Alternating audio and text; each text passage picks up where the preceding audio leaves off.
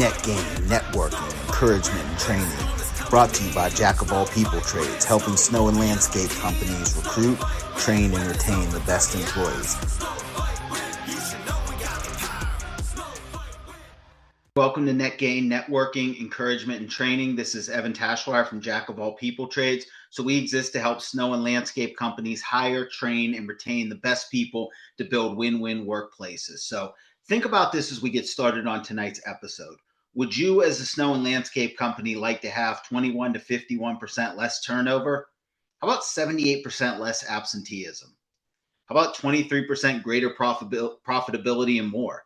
I mean, as you hear these stats, I'm assuming you're all nodding yes, yes, and yes to this. Of course, we would like less turnover, less absenteeism, greater profitability. And these numbers I'm throwing out, these aren't just random numbers. These are actually the median differences between top quartile and bottom quartile units measured by Gallup's Q12 Employee Engagement Survey over decades of research. So I know that sounded a little bit academic, but what that means is research shows that this employee engagement stuff works and that employee engagement is really a secret sauce that can make a difference in your business. So engaging your employees can really turn you into a workplace where you have things like less turnover, less absenteeism, greater profitability. So I'm going to get into tonight, just giving a little bit of an introduction. So some of you who are familiar with employee engagement, this might be a little bit of a repeat of stuff you know, and that's okay. It's always good to drill over it again. I was actually just on with my friend Levi Jett on the White Gold podcast, and we were talking a lot about the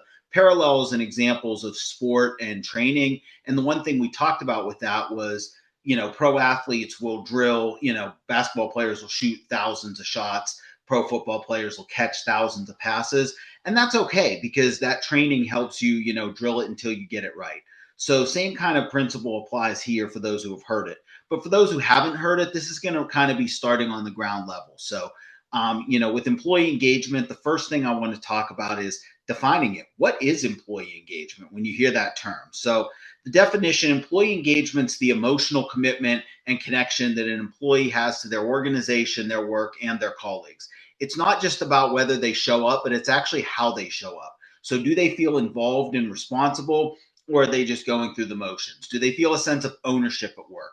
So engaged employees are ones who feel psychologically invested in their work. Those are the ones that when they show up to do the job for snow, they're feeling like, hey, I'm taking care of this property like it's my own, or like somebody that I care about is going to be walking on it. If they're clearing an airport, they're saying that, hey, the cargo or the people going out on that flight, those are people and cargo that's important to me. Or the person pulling into that handicap spot, I'm taking care of it like that's my grandma, like that's my aunt that's pulling in there and that needs that access. So they're psychologically invested. And along with that, they feel a sense of ownership over their contribution. So they're the ones that want to have that positive pride of, I did that, I accomplished that. When they see whether it's a hardscape design that was done, a well-landscaped lawn, a snow job that was done well. And they're also motivated to go above and beyond the additional requirements. So these are the people that, let's say they're an equipment operator, they're getting their stuff under control. They hear on the walkie that, the sidewalks are falling behind.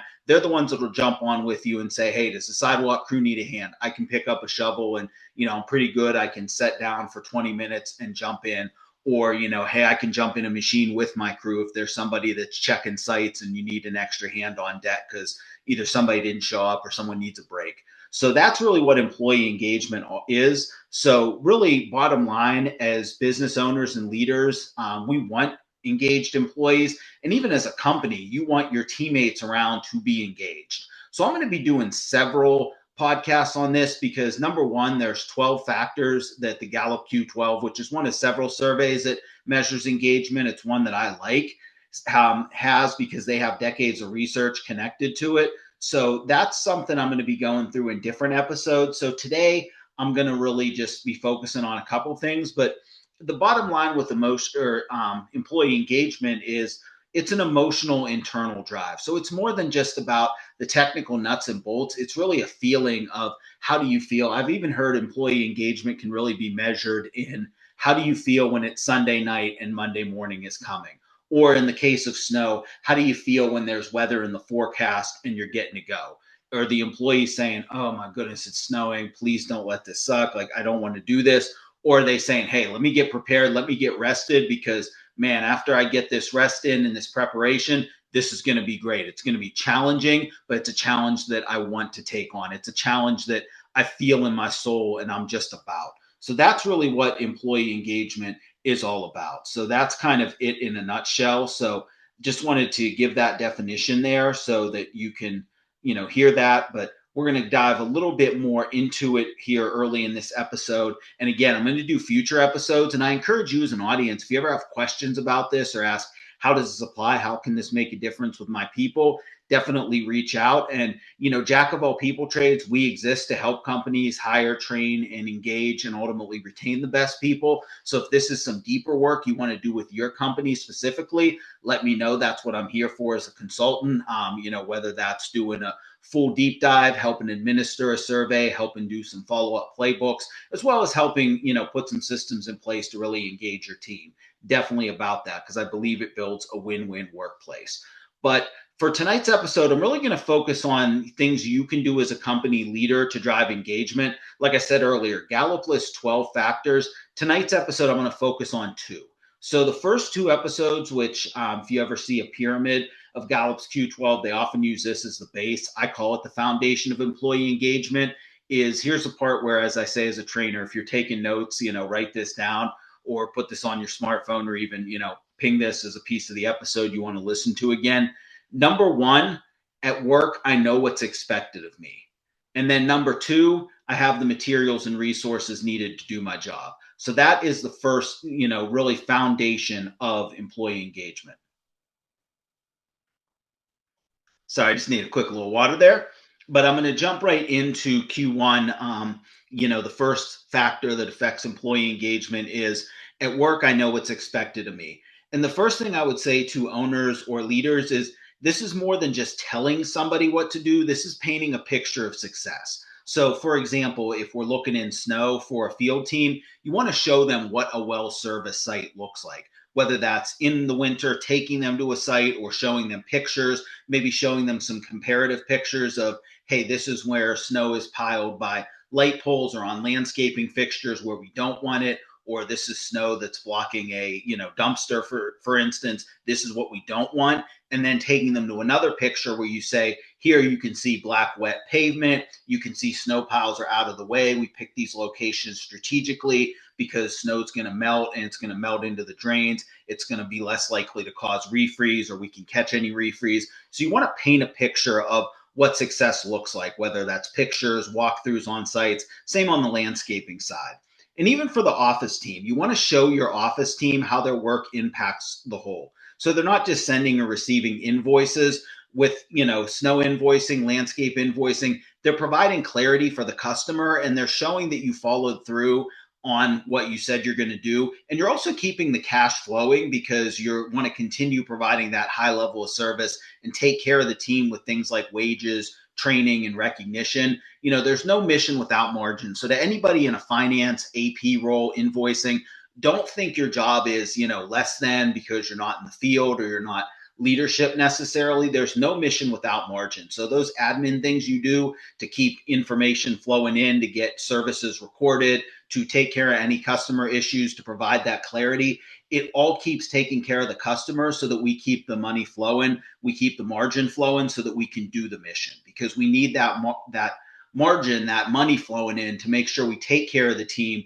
and provide things that engage them. So, that's what I would say is really show what a good job looks like and show people how their job connects to the whole. Like to a sidewalk operator or even a sidewalk shoveler, you're not just a shoveler that's just shoveling snow. You're providing safety. You're providing, I can share this personally. I do have a wife that, my wife is, handicap, has cerebral palsy, walks with a limp, which causes some balance issues. So, for her, mobility is something that we have to think about when we go places. She has to think about. So for everybody that clears the lane and keeps it clear so she can get in and out of stores, and not just her, every person with mobility issues that's in wheelchairs, that's older, that's dealing with pain, that makes a real difference. So to that sidewalk shoveler, you're not just shoveling snow and getting it out of the way. You're making life possible for people that need to move and get around, potentially to things like doctor's appointments, chemo sessions for cancer patients.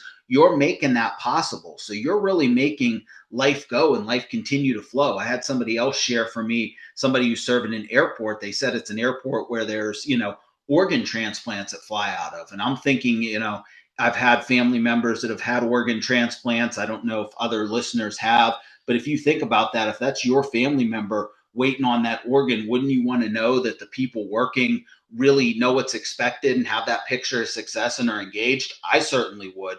So, back to the original point of, the first thing that affects engagement is I know what's expected of me. Paint that picture of success. And it's not just telling them what to do, but it's painting that picture and helping them get that emotional ownership. And even asking your employees when you have one-on-ones, team huddles, what really motivates you? How do I get the best out of you? And really appealing to that sense. Some people, it's the helping people is what motivates them. Some people are motivated by the details. They want to see a really good job done. So when they're mowing, they want to see those crisp lines. Like, appeal to that sense of motivation when you're showing that job that's well done. And then number two, Q2 and the Q12. So the first thing was I know what's expected of me at work. Number two is I have the materials and equipment needed to do my job. This also is a big factor that affects employee engagement. So actually, research shows that if people don't have the materials and equipment needed to do their job, this is one of the biggest causes of job frustration or dissatisfaction.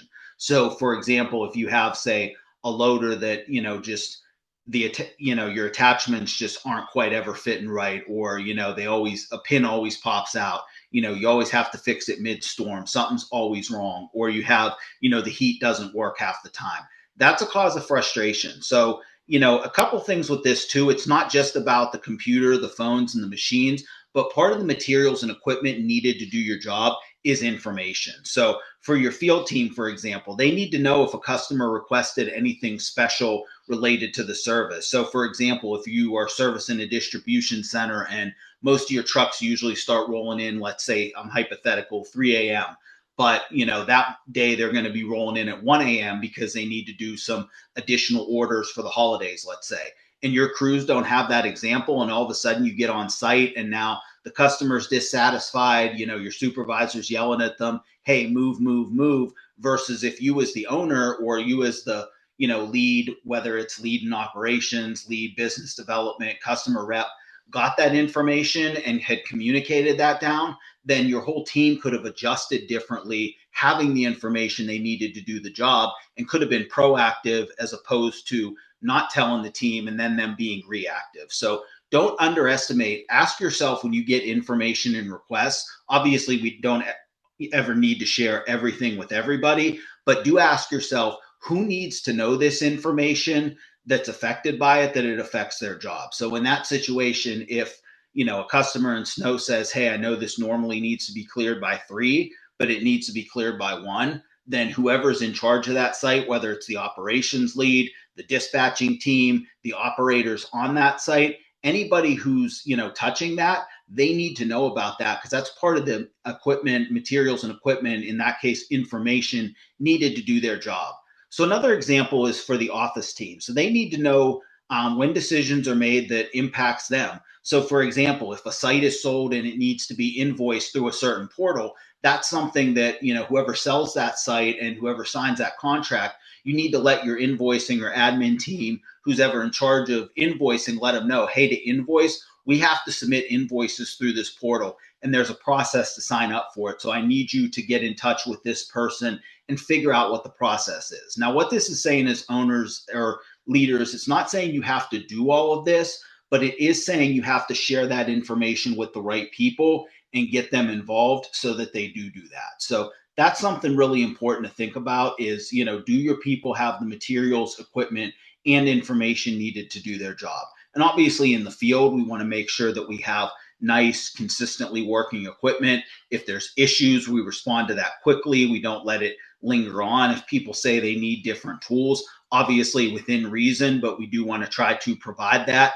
Or if we can't, we want to at least try to provide workarounds or let people know why we can't. But nice equipment really does make a difference. I shared the heated cab example earlier. You think about, you've got people out for 12, 16, 24 hours, in machines. you want that heated. You want them to have a place to go, and also even to place to, help the sidewalk crews get out too. You want to make sure you have places on site, whether it's, a trailer or, a place on site, sidewalk crews can warm up, even if it's just getting in a van or getting in someone's cab and, taking a few minutes. You want to have places for that. So these really make a big difference. There's actually 10 more factors. I'm not going to get into all of them on this podcast because I wanted to keep this more short and succinct so you could have some quick learning. But what I encourage you to do with any of our podcasts that we put out through NetGain, it is networking, encouragement, and training. So the T in NetGain is for training. So I encourage you to take this information, talk about this if you're a leader or a company owner, if you have direct reports in any way. Listen to this with your team and talk about, have each person share, what did you take away from this podcast and how are you going to apply it at work? Or maybe you're an individual contributor and you don't have a team directly. Share this with your boss. Say, hey, I'd like to listen to this with you. Or, we both listen to it on our own time. And then at our next one-on-one or after our next morning huddle, or let's have lunch together and talk about what we heard and how we can apply it. Let's learn from each other. Let's apply this, because every company is going to be a little bit different. Every culture is a little bit different. So I want you to take these principles and this research that Gallup has around employee engagement and really make it work for you. And, what I would suggest as next steps is definitely to measure employee engagement and create a playbook is good. I always say feedback's like playing the game with a cheat code. And that's something at NetGain that I can definitely help you with. So if that's something you as a company say, hey, this sounds interesting, we'd want to see how engaged our team is, where we're doing well, where we can make improvement, and, how we can enable our leaders to be better in this aspect, reach out and let me know, because this does make a difference when it comes to lower in retention, lower in absenteeism, lower in accidents, increase in safety, increase in sales and profitability. So, and really building that win-win workplace that's a preferred place to be. So definitely reach out. I can help you with that. So, that's some of what I offer. We're also going to be looking to do some master classes in the future. So I will be doing ones around, hiring, training, and retaining the best team, be doing a little bit more teaching on employee engagement. So if that's something you or your company's interested in diving a little bit deeper, let me know that as well. We do have some master classes that we're offering. But if you've been enjoying this NetGain podcast, you can really help us out by liking it, whether it's on whatever social media or podcast channel, giving us that 5-star review with comments, letting people know what you like. And the most important thing I think that I can use to help with is sharing. So if you find this valuable, share this obviously on your social media, but even more importantly, share it with people in the industry that that could really use this, or that you found it valuable to say, hey, I know that you're really engaging your team or you're trying to grow your leadership. I found this really valuable. Let me know what you think. And if you're interested, whether you're, say, a manufacturer in snow and landscape, a company, another leader, I'm always looking for guests to come on NetGain. So the more willing you are to, promote and kind of grow this community, the more willing I'd be willing to have you on. So I definitely am looking for guests as well. So I am starting to fill up slots for NetGain Live. So as, just kind of closing out on the, what we do with NetGain. So we have the podcast, but we also have what I call NetGain Live, which is actually a live session where the first half hour is me and a guest recording a podcast episode. So, but anybody can register for free, and you can actually listen in live to the encouragement and training piece as we're recording the podcast episode. But then the end for networking comes in, because during the second half hour, we stop the recording and we actually open up the room for virtual networking. So it becomes a chance to hang out and network. So a couple benefits for that. Number one, for the industry, it's a great chance for us to come together and network. And then number two, if you're a company, say you're a vendor, contractor of some type, manufacturer, whether it's equipment, technology, you can actually shoot that, another consultant, you can shoot that out to your list, like your email list, your prospect list, customer list, and say, hey, I'm going to be talking about this on this podcast. Come listen to the recording. But then if you have questions, if you've been considering our technology or considering going with our equipment, stay on afterwards. I'm going to be there. You can actually network with me. So it's a great chance to build that rapport and also build those business relationships as well. So I hope this gave you a little bit of insight on employee engagement. Again, let's keep this conversation going. When you see this online, definitely give it feedback. Send in your feedback. I always want to make sure my expertise really and specialty and passion is from the people side. So that's what I want to continue to bring, but I want to make sure it hits home for you as the snow and landscape industry. So this is Evan Tashwar, Net Gain, Networking, Encouragement, and Training. Thank you for listening. Snow Fight Win. Weather, but you ain't gon' slip and fall with that. Why? Cause we snow fighters, we assaulting that. Get it, salting that. King me, this salting rap. Clown brokers, end of the road. This a cul-de-sac.